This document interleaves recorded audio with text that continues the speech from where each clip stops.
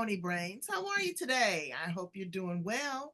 We're about to get it in with Ammie Michaels. Yes, you know what? She's got the recipe for success. Let me tell you what it includes: health, wealth, freedom, purpose, and peace. Shoot, that's the business right there. Her zone of genius is helping female entrepreneurs build a legacy and positive impact with business. She's a former HR professional, so she knows a thing or three about human design, putting pieces together, people's personalities, and really how to elevate it to the next level, what that takes. So let's welcome her to the show. How are you, Ammie? I am good. Thank you for having me. Absolutely. I'm excited. I'm excited. I like to talk to people that have been in human resources before because people think, for some strange reason, that all you do is hire and fire. But you do more than that. You set up the benefits, you have employee assistance programs in the event that there's a problem, but you also mentor and mold and help them strategize to catapult to the next level or get out. But it's important because you have to understand the psyche of individuals. It's not Mhm. just about, okay, well, here you've ticked the boxes, we've hired you, and now this is what we're going to do. You really want longevity because that speaks to your ability of building individuals. Is that correct? That is correct. Yes, Yeah. there is a ton involved in human resources. And I think a lot of people don't know what all human resources professionals do. It is a very broad and diverse profession. Mhm. I've had some great experiences with human resources as how they've developed. It used to be the day, I don't know if it's that anymore, but it used to be the day when you used to have a lot of personal development and training and all that. I don't know if companies are pouring into that. So now they're looking for individual resources like you to come in and say, hey, you know what, sharpen my knife. They may not be doing it at the job, but let me still build on these skills. Tell us a little bit about you and how you show up in the world. Yeah, so I'm not sure exactly where to start, but as you covered, I have been in human resources a number of years and have transitioned into owning my own firm. And so now I'm an independent consultant working with organizations, primarily small businesses, startups, and those scaling entrepreneurs that have started their own business and know their industry and their profession in their own right. And now they're starting to grow their organizations and their teams. And so I come in and help them build those skills that maybe they didn't have themselves as an individual or professional, and primarily leadership skills, but also dig deeper into how they can relate with the people that they work with and the teams that they're building those psychological skills and attributes. One of the newer things that I've been diving into is the advancements in technology and AI and how that incorporates into the workplace from a strategic level, from the business standpoint, being a business consultant, all the way down to how do I help individuals up level their skills to be able to make themselves more valuable within the workplace in their role with AI. Because AI, everybody thinks, okay, this machine is going to come in and it's going to take over everything. Well, you've got to be able to work with it, brains. You've got to be able to pivot and remember that it is a machine and that us human beings are pouring data into it. All the That is data may correct. not be accurate, all of it may not be up to date. At this particular point, it is not a critical or analytical thinker. Mhm. It's just a regurgitator of knowledge. Don't be afraid. I say buy some stock, really, and some semiconductors or something, because this is what it is. People think Mhm. because they don't like it, it's going away. That's not happening. I mean, you look at fast food restaurants. Where are you located, Ammie? Where do you live? I live in the Black Hills of South Dakota in Rapid City. Look at that. She's in the Black Hills of South Dakota. Well, I'm in San Diego, California. And let me tell you here now, it's $20 an hour for fast food workers. Okay. Are they paying that there? Yeah, it's getting pretty close. I think I saw McDonald's locally is hiring at 17 an hour, which is good wages for where I'm located. Well, it is, but then there's some trickery. Hmm. You get 17 or $20 an hour and you only get 20 hours. Hmm. That's You're not true. full time, you don't get benefits. So there's a double-edged sword. But now they're into robotics. I went to my favorite Asian restaurant, and what came out to serving my food but a robot? Hmm. So what are we going to do? Are we going to, learn to synchronize with this and get in line, or be petrified? Because you can't. This is the wave of the future. So you are working with entrepreneurs and small business owners. What is the climate? What is the pulse? Are they nervous about what's going on with AI? How are you easing that? Yeah, so I would say it is 50-50. You have those individuals who are at this point against it because they don't understand it.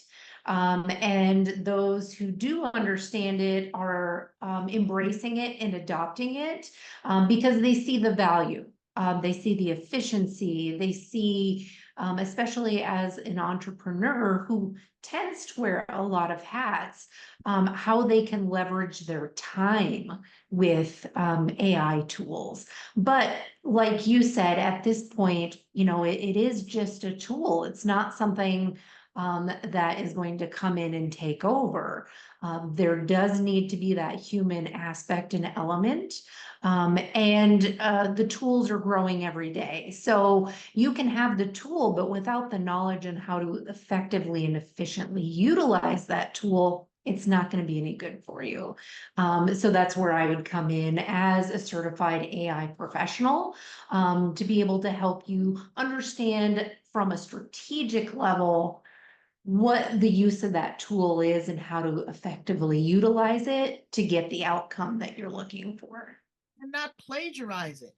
People Mhm. think they can just go in there and AI is going to do it. Well, it's like a resume. You've been in HR a long time. You've run across a many a resume. And when you call that individual in for the interview, you know that joker didn't write it.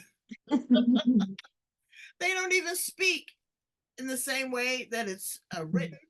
They're stumbling over that, So be as authentic as you can.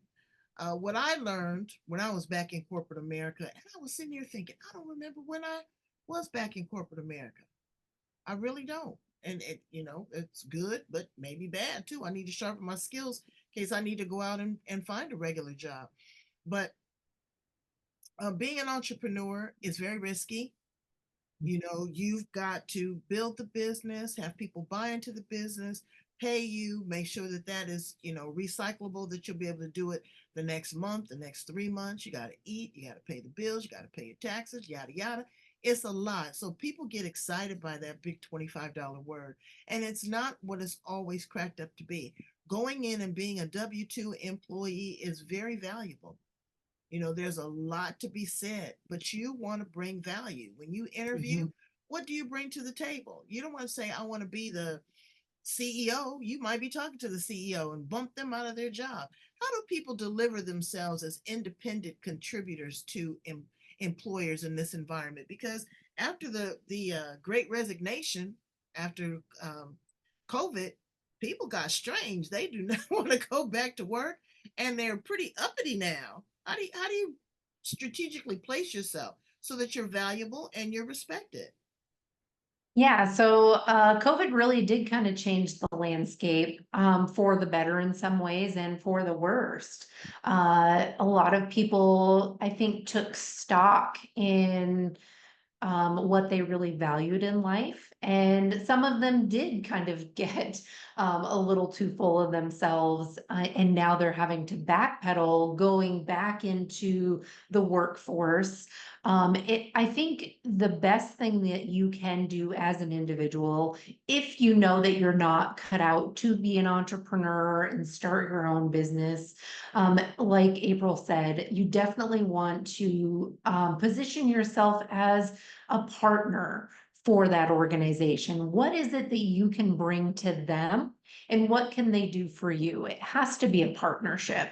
Um, if you are following the trends and the news, a lot of organizations now, especially in corporate, are looking for people that are going to bring the skills and the knowledge. And AI is very hot right now. I think it was last week I shared on LinkedIn that over 60% of hiring managers and organizations now say they won't even consider hiring somebody that doesn't utilize AI or have AI skills. So it's being more accepted and adopted in the corporate world and much faster than I anticipated. I myself transitioned into human resources after working in an industry that was kind of eliminated by the advancements of technology.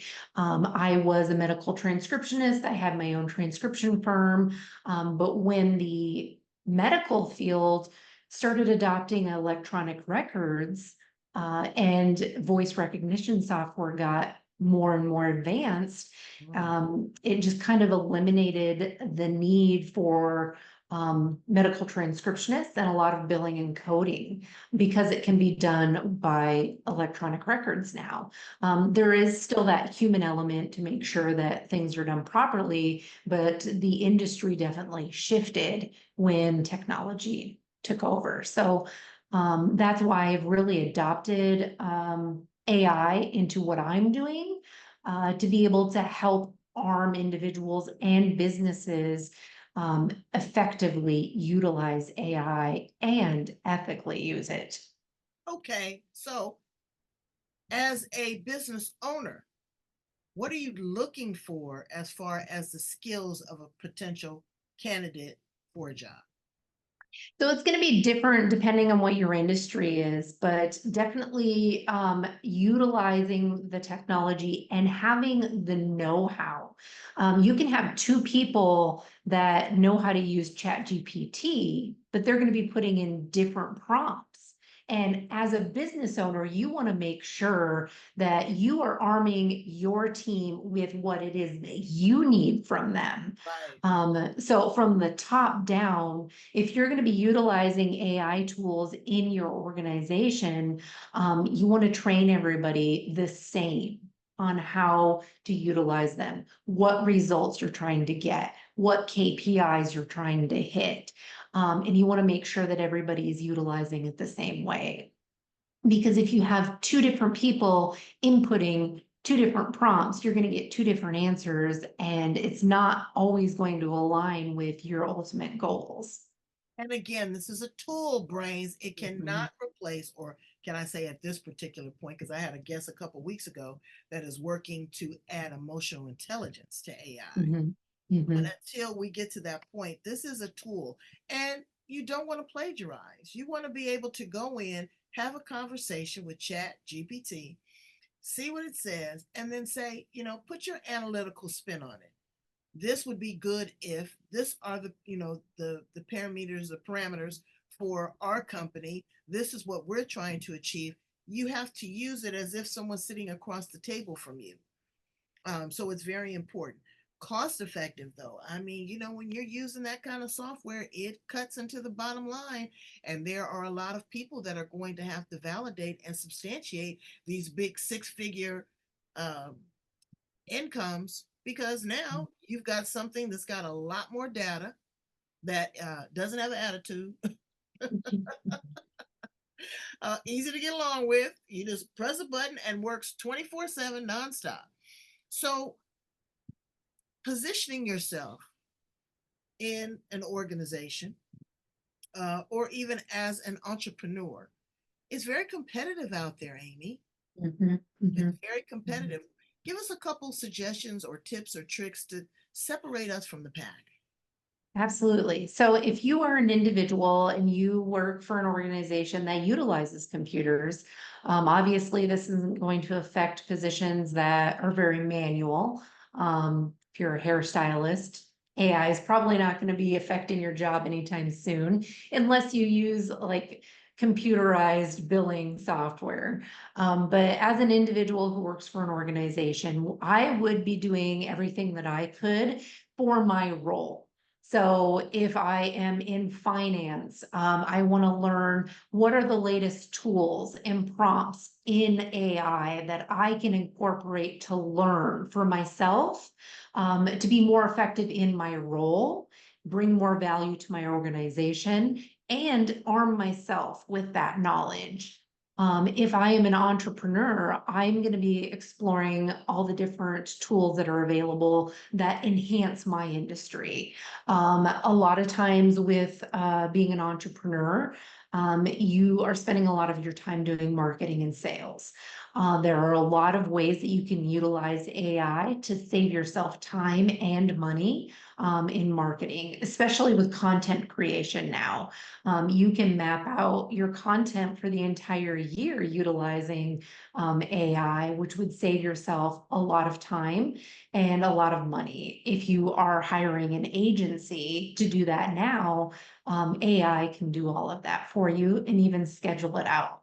So there's a lot that AI can do, whether you're an individual in the marketplace, trying to up level your skills, or a scaling entrepreneur looking for ways to give yourself more time and save money and resources. So that's brilliant. That's brilliant. I like that, brains. Take notes. I'm telling you. Go back and rewind. That's why we record this joker. So let's talk a little bit about some of your personal accomplishments. You are not only, heading up and spearheading this great entrepreneurial venture, working with small businesses, working with women in business, but you've had time to be a contributor to an anthology, and it's called Empower Her Story. Tell us a little bit about that and your contribution. Yeah. So I was introduced to this opportunity by a couple other women in my network. And it really is just kind of talking about my story, how I transitioned into human resources, and how even though I was an educated professional, that doesn't rewire your system and programming from childhood. I grew up in a very poor household. My parents were teenage parents, and so I didn't grow up with educated parents. I didn't grow up with abundance. I grew up very limited and scarce. And so that mindset was really programmed into me early on. And just because I overcame certain things in my life and took it upon myself to educate myself and get a higher education, that didn't rewire everything that was kind of instilled in me as a child. And so it's kind of my own emotional intelligence journey Right. and the work that I had to do myself, especially as a human resources professional, realizing that education in a traditional sense does not replace the work that you need to do on yourself emotionally. Well, and what I'm finding too, and what I'm reading is that corporations and companies are not so gung ho on the educated, degree type of person. They want somebody that's going to come in and work. I don't want some snarky young person, and I'm just picking on young people. But they come in there, oh, they've been partying all weekend and they're on their device all day long.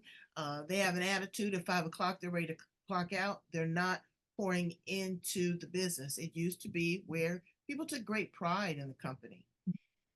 Corporations have changed where now you might go in and just get a pink slip, no warning, anything. So people are looking to cover their own behinds in these situations as well. But like you said, you did not come from a very affluent um, household, but you did have the bandwidth and the wherewithal and the hunger and the desire to get your hustle on.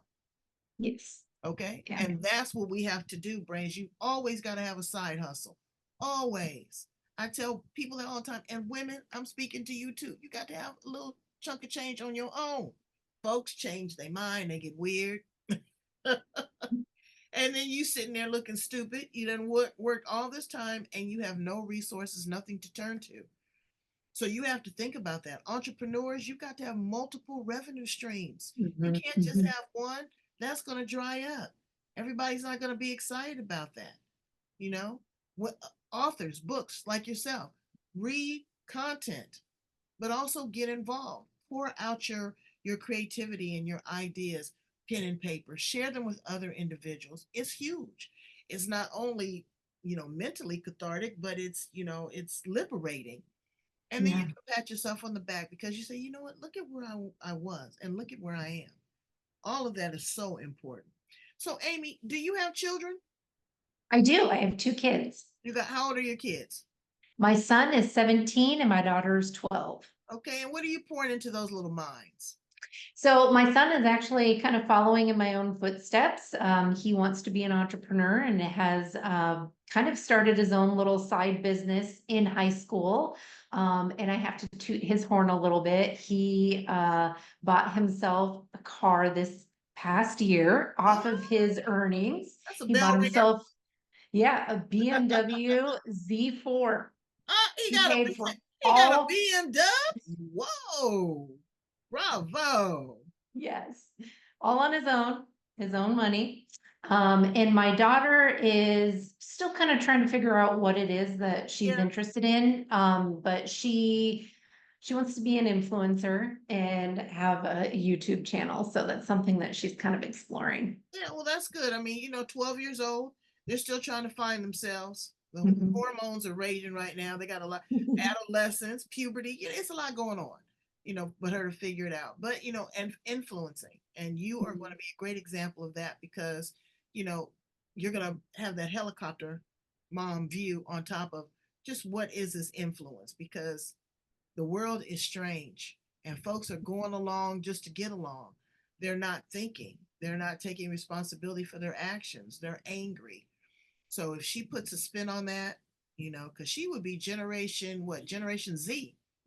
She's actually Generation Alpha. Oh, is she My Generation my Alpha? son is, yep, my son is Generation Z. Oh, Lord, it's going quick. It is. And here I am, a baby boomer. Let's ask you some fun questions. I love to do this. This is my favorite part of the interview. If you, Amy, were an appliance in the kitchen, what appliance would you be and why? Oh gosh, that's a good one. I would say I would be the stove. Wow. And I would say that I'm the stove because the stove is kind of the heart of the home. Meals bring families together, and a home cooked meal on the stove is always better than something that's put in the microwave. Absolutely. I agree. Today, I change from day to day. Today, I will be the dishwasher. And I love baking. Oh, So that's good. Yeah, I'd be the dishwasher only because I want to consume and take in the things that other people don't want to do. well, I I'll want to send my dirty sparkle. dishes your way. Exactly. I want to be sparkly and shiny and clean and hot and steamy. Yeah, I think I'd be the dishwasher today. If you were a car outside of that son's BMW, what kind of car would you be? I would be a Porsche. Ooh. And a few different reasons for that. My heritage is German. Okay. And so the efficiency and effectiveness really runs deep with me. And Porsches are very well engineered. They're very high quality, but they also they kind of fly under the radar. They're not very flashy, but they are a fun little sports car, and you can go enjoy yourself, especially here in the hills, and drive around on some of our twisty, turny roads, without drawing a lot of attention. I've been having a fascination with Porsche lately. A friend of ours restored one. It's absolutely gorgeous. And then I have another little young friend. He's 17. No, he's not. He's about 14. They're in Italy right now. Okay. So he's going to explore that. But you know what I would be? I'd be a 1974 VW van. Oh. Yep, with the little, something kind of like this, with the little, I would, you know, something with a hookah pipe in the back and some playing some reggae, it'd be good. It'd be really good. If you were an animal, what animal would you be? Oh, that's a good one. Kind of, I guess I'd have to go with a dog just because they have a lot of freedom. They can spend the day sleeping if they want. They can spend the day out hiking. They're everybody's best friend. And they're always excited to see their owner. They are. They are. Mhm. What would you tell a 25-year-old Ammie Michaels if you had that conversation right now? Well, at 25, I became a mom for the first time. So, what I would go back and tell my 25-year-old self is to slow down then, not now, but then, and pour into family more. That's great advice. That is super great advice. Well, I want to give you an opportunity to share any current offerings, any promotions that you currently have that you're running, and also how to get a copy of that book. Yeah, absolutely. So, the book Empower Her Story is available on Amazon. The soft cover or paperback is going to be coming out this next week, I believe, and will be in Barnes and Noble, BAM bookstores, Walmart. I think potentially available at Target. And then right now I have a free offering, and I can send the link to April, and she can include it in the show notes. A couple different frameworks that I recommend for anybody who is utilizing AI or wanting to learn how to utilize it. There are just a couple frameworks that anybody can use to learn how to do some prompt engineering. Well, Brains, I really, really highly recommend you consult with Ammie, reach out to her. I'm going to put all of her information there. Go in and look at it. You will be ahead of the curve. When everybody else is resisting it, at least you will be in line so that you're not left behind. Because this is what it is. And we have to prepare as baby boomers for Generation Alpha to take care of us. What is healthcare going to look like? What is, if there's going to be, you know, subsidies, Social Security, if there's going to be pensions, you know, is our surgery going to be done by a robot? All of these things are things that we need to consider. You can resist them if you want to, but you know, you're going to be sitting there looking stupid. And we don't want that. We want you to be hot like a stove and sleek and sexy like a Yes. horse, loyal like a dog. But remember that you must slow down. Thank you so much for being here with me on the show, Ammie. You are a true gift. I'm going to be following you and encouraging my brains to love, like, share, and subscribe. I need you brains to do your due diligence. You too, Ammie. Go in, love, like, share, and subscribe. This is where you get all the Absolutely. hottest information. Okay, I've been doing it for 23 years. Yes, I know. I am one of the pioneers of podcasting, so I know how to get it in. All right. Thank you so much again for being here on the edge. I value you and I appreciate you. Have an amazing day. Thank you. Bye, brains.